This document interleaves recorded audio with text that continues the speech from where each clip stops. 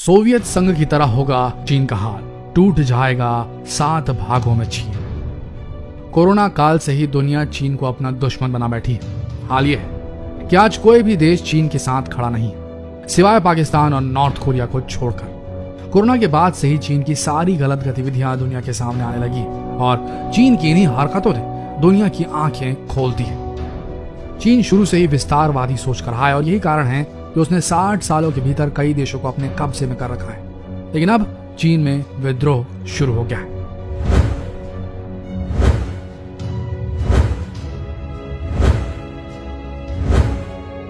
साठ सालों के भीतर उसने जिन देशों पर कब्जा किया था, अब वो देश चीन से आजाद होना चाहते हैं।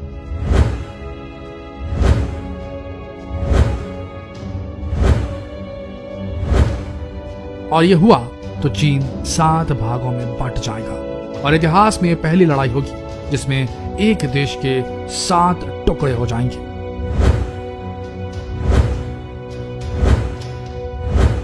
वर्ष 1950 में चीनी लोग ये कहा करते थे कि कल का चीन भी आज के सोवियत यूनियन की तरह होगा।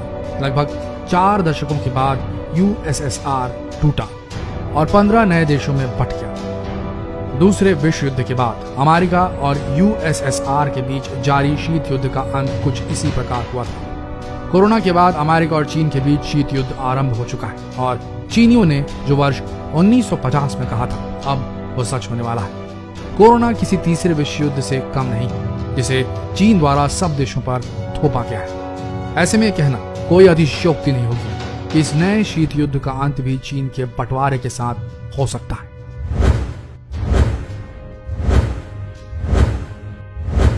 कम्युनिस्ट चीन शुरू से ही एक विस्तारवादी देश रहा है और उसने कई देशों पर अपना अवैध कब्जा जमाया हुआ है। उदाहरण के लिए तिब्बत, Hong Kong, Shanghai, Xinjiang, Manchuria, Chengdu और झांगझुआंग। चीन के टूटने के बाद ये सब देश आखिर चीन के चंगुल से आजाद हो सकते हैं और स्वतंत्र देश के रूप में अपनी पहचान स्थापित कर सकते हैं।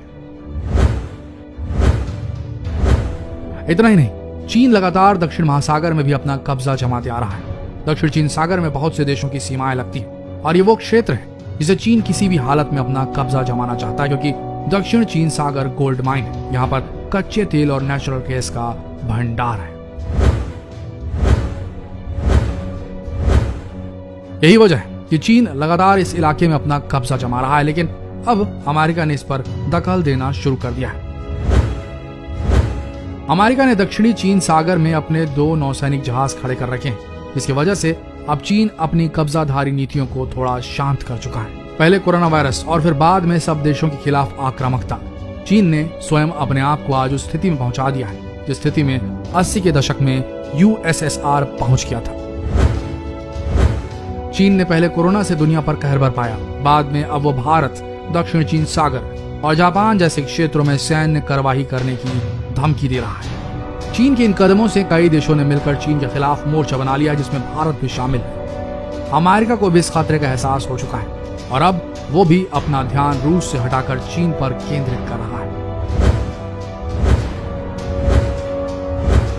अमेरिकी विदेश मंत्री माइक पॉम्पियो ने हाल ही में घोषणा की कि वे चीन से खतरे को भांपते हुए इंडो पैसिफिक में अपनी सेना और हथियारों को अधिक संख्या में तैनात करेंगे। इसी के साथ नेटो भी अब चीन से निपटने के लिए तैयारी कर रहा है।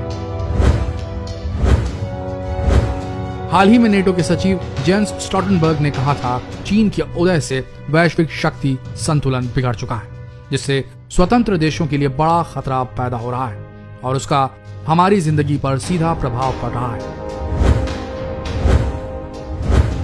नेटो के सचिव ने तब ये भी कहा था कि एक मत रखने वाले देशों को चीन की आक्रामकता के खिलाफ एक सैन्य गुट भी बनाना चाहिए। दरअसल चाइना पिछले कुछ समय से लगातार लोकतांत्रिक देशों का उत्पीड़न कर रहा है। चीन, वियतनाम, फिलीपींस, मलेशिया और इंडोनेशिया और भारत जैसे देशों के खिलाफ बॉर्डर विवाद भड़का रहा है। भारत के खिलाफ तो उसके सैनिकों ने हिंसक झड़प कर डाली। हाल ही में हुए गलवान घाटी की घटना से आप रूबरू तो हुए ही होंगे, जिसमें भारत के 20 सैनिक और चीन के 40 सैनिक मारे गए थे। यही कारण है कि अब अमेरिका भी चीन को घेरने के लिए कई मुद्दों को उठा रहा है। हाल ही में उसने उइगिर मुसलमानों का मुद्दा उठाकर कई चीनी कंपनियों पर प्रतिबंध लगा दिया। साथ ही उइगिरों के खिलाफ अत्याचार करने वालों पर प्रतिबंध लगाने का प्रावधान भी कर डाला। इस प्रकार अमेरिका चीनी मीडिया को भी निशाना बना रहा है। अमेरिका में अब चीनी मीडिया से चीनी दूतावास की तरह ही बर्ताव किया जाएगा। इससे देश में चीनी मीडिया द्वारा फैलाए गए प्रोपेगेंडा को रोकने में काफी हद तक सफलता मिलेगी, ऐसा अमेरिका सोचता है। चीन में उइगर मुसलमानों की बहुत बुरी दशा है। वहां पर उइगर मुस्लिमों को कैद में रखा जा रहा है, यहाँ तक कि उनके कब्रिस्तानों को भी नष्ट करके वहां म्यूजियम बनाए जा रहे हैं।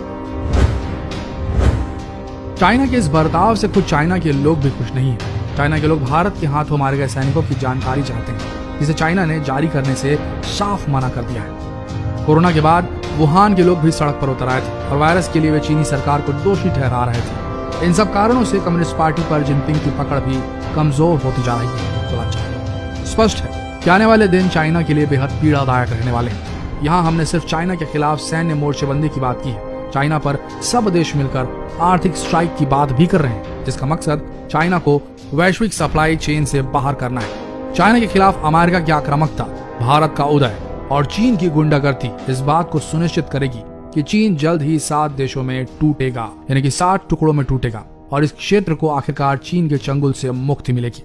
जितना हो सके यह खबर पूरे देशवासियों तक पहुंचाइए। फेसबुक पर शेयर कीजिए, व्हाट्सएप पर शेयर कीजिए।